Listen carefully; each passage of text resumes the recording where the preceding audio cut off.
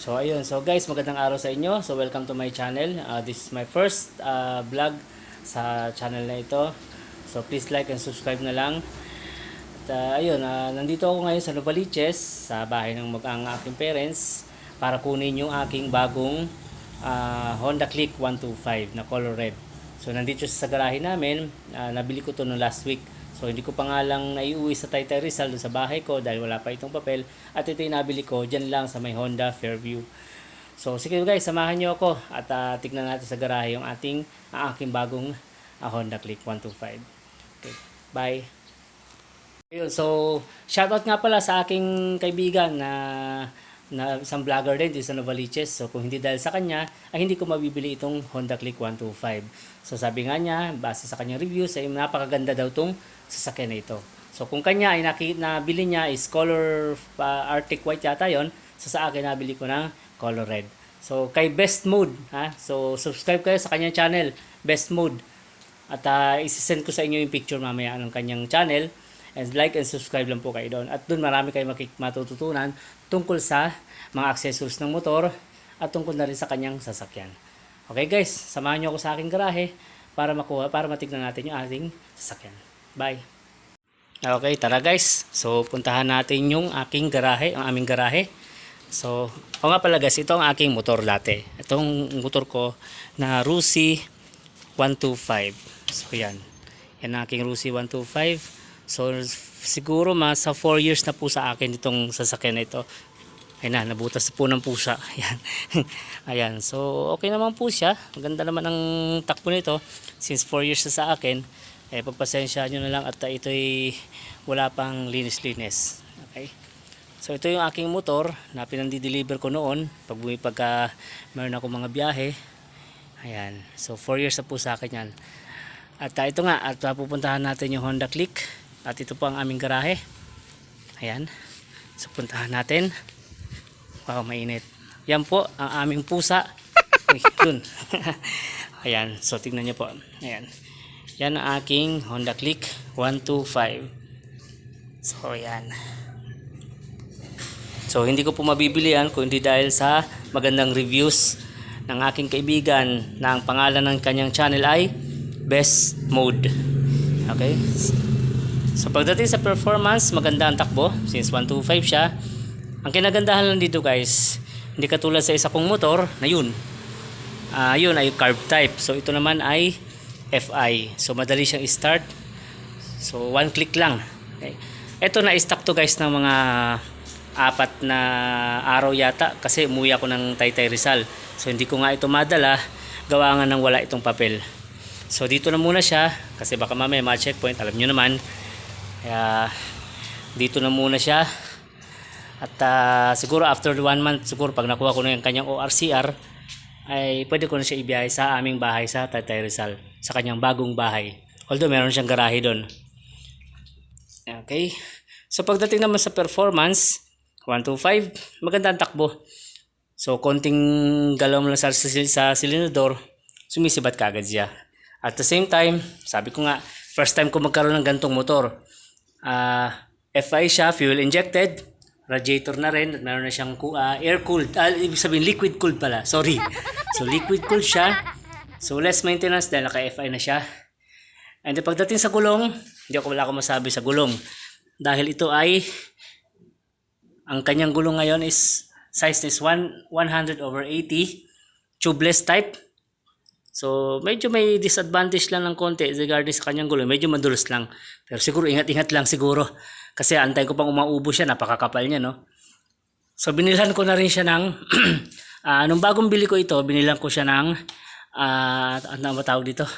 Yung basta yun na yun. Okay, kung kumbaga sa kotse, ito yung mudguard. Okay, so binilhan ko siya ng accessories para hindi maputikan yung kanyang ilalim. Okay. So ang sa susunod na lang na bibilhin ko yung signal light guard dito kasi baka balang araw pagka ito'y ginamit ko sa joyride o hindi kaya sa angkas, baka mamaya masagi na pasahero ito, maputol. So bibilang ko pa siya ng another accessories. So nag-order na rin ako ng para dito, yung goma para dito. Okay. ba tawag doon? Yung foot, ano ba yun? Basta yun na yun. Okay, so yun nalagay rito. Yung matting, yun, footboard matting. Footboard ba? Ayun, basta yun yun. Okay, hindi ko pa, in-order ko pa sa Shopee. So hindi ko pa nabibilhan. Ang nabili ko lang na accessories dito, ito, yung gauge protector. So kita ba? Okay, so pasensya na guys ha, against the light.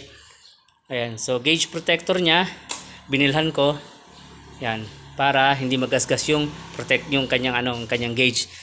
Bili ko lang dito, wala pang 100 guys. So ito na nga, at tignan natin kung ilan ang tinakbo. So si trip, teka lang. Trip 69.5. Ayun guys, 89 kilometers pa lang. So batang bata pa.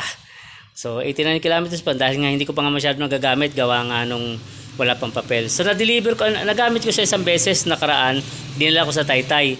So pahirapan lang, medyo tago-tago lang kasi baka makachempo tayo ng checkpoint.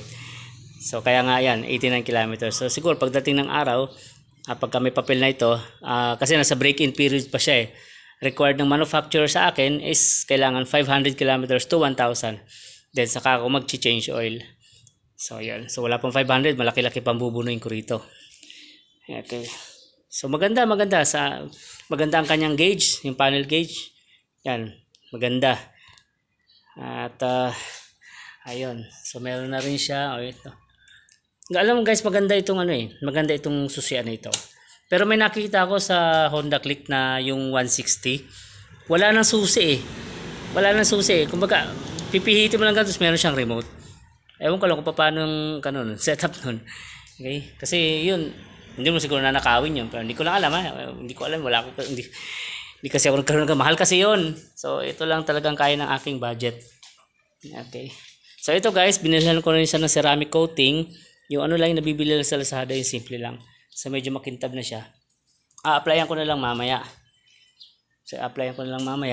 Para kumintab ulit siya. Ayan, makintab siya Siguro kasi 4 days na tong na-stock. So hindi ko pa napapahiran ulit. So ayan, nandito na nga ako. Siguro mamaya applyan ko ulit siya ng ceramic coating para hindi siya magasgas. Ayun guys. So advice ko lang sa inyo guys, kapag meron kayong gantong kagandang o gantong bagong motor, galing no? Maganda talaga. So pagka meron kayong mga bagong motor, mapaluma man or bago, lagi nyo pong bibilhan ng ito, tawag dito yung seat cover protector, yung tinatawag na anti-pusa. Kasi pag meron tayong mga alagang pusa, hindi maiwasan na kalmutin ito. So kaya isa rin ito sa accessory na binili ko sa aking Honda Click para iwasan natin yung kalmot ng pusa. Mga pusa wala namang isip yan So basta lang makakalmot yan So since bagong-bago pa to, kakalmutin, bibinyagan lang ng pusa, pangit naman. Okay. Mahirap pagpalit ng cover.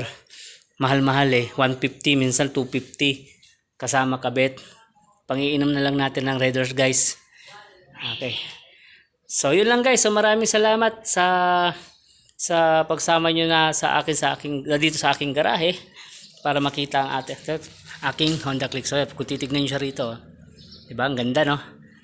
Alam nyo guys, yung harap niya, yung headlight niya, alam nyo yung Ford Mustang na bago ngayon, yung 2023 model of Mustang, maganda siya parang ganito yung, di ba, hawig na hawig sila Okay. So yun lang, maganda lang talaga siya, maganda yung color na nakuha ko.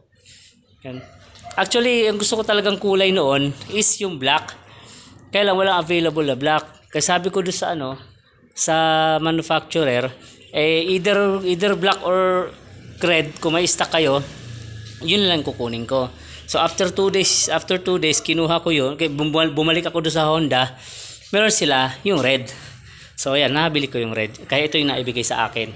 So sabi ko, okay na to, basta importante, kasi meron na in-offer sa akin yung gray, kaso hindi ko kasi gusto kulay. Pwede ba yan? Hindi ko kasi gusto yung kulay na gray. Ang sabi ko, ma'am, mahal, syempre bibili natin to ng pagkalaking halaga, tapos hindi naman masusunod na kulay na gusto mo, diba? So sabi ko, antayin ko na lang yung black or red. So yun, after 2 days nakuha ko nga ito, red ang naibigay sa akin.